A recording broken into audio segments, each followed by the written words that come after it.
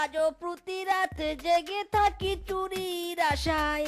বউ তুমি আছো তাই দুজনে চুরি করতে পাই। লা লা লা লা লা লা লা লা লা লা।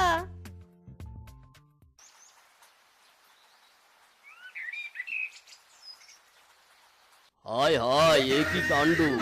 নিজের পাতা ফাঁদে নিজেই পড়ে গেলাম। ওরে বাবা রে, এবার বুঝেছি, নিশ্চয় চোরের উৎপাত হয়েছে।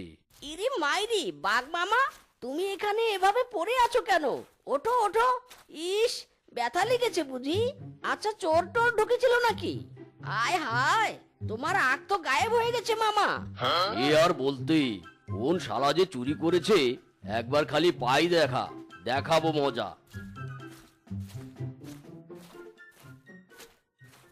মামা গো, তুমি চলো ডালে ডালে, আর আমি চলি পাতায় পাতায়। চোরকে তুমি ধরতে পারবে না। আমার বংশ চোর, আমার শ্বশুরের বংশ চোর, চোরে চোরে পাক্কা চোর।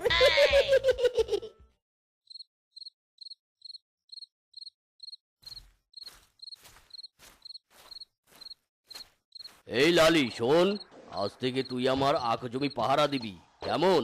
কোনো চোর আসলেই কামড়ে ছিঁড়ে দিবি, বুঝলি? ঠিক আছে মালিক, নো চিন্তা, আমি সারা রাত পাহারা দিব।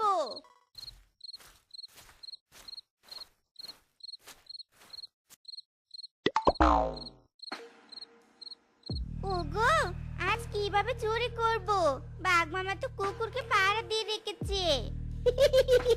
বউ, আমি এত নরমাল চোর নই, বুঝেছো? বিট্টু যা, ওই মেয়ে কুকুরটার সাথে লাইন মার। ওকে বস।